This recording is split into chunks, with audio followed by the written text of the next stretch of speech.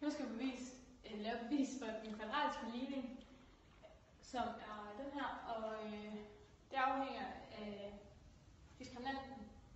Det vil sige, at hvis diskriminanten den er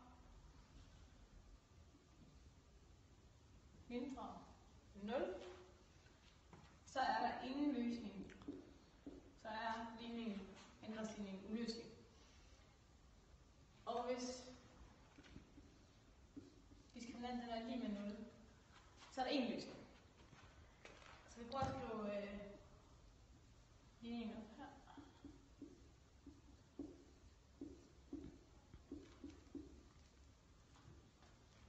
Så skal vi se, om vi kan få isoleret x. Så vi starter med at få ophævet parentesen. Det gør vi ved at tage kvadratroden. Så vi tager kvadratroden herover og diskriminanten. Så herover har vi til at stå tilbage 2ax plus b.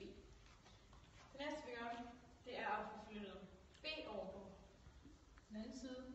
Så der står 2ax her. Vi har stadig kvadratroden og diskriminanten. Og når vi flytter b herover, så bliver det til minus. Det næste vi gør, det er at flytte 2a over på den anden side.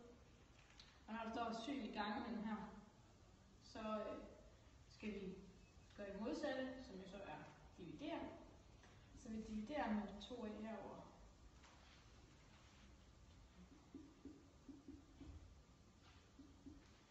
Og man kan så sige, at når der vi har kun én løsning, hvor diskriminanten lige med 0, så vil det her altid give 0, for hvis man sagt kvadratroden 0, så er det bare 0. Så det endelige vil bare være at sige minus b divideret med 2a.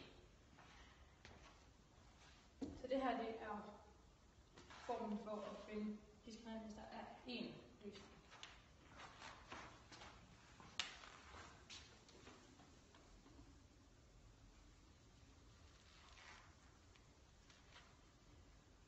Hvis diskriminanten derimod er større end 0, så er der to løsninger. Fordi så starter vi med igen at tage kvadratroden diskriminanten. Så vi får ophævet parentesen herovre. Så 2ax plus b er lige med plus minus kvadratroden diskriminanten.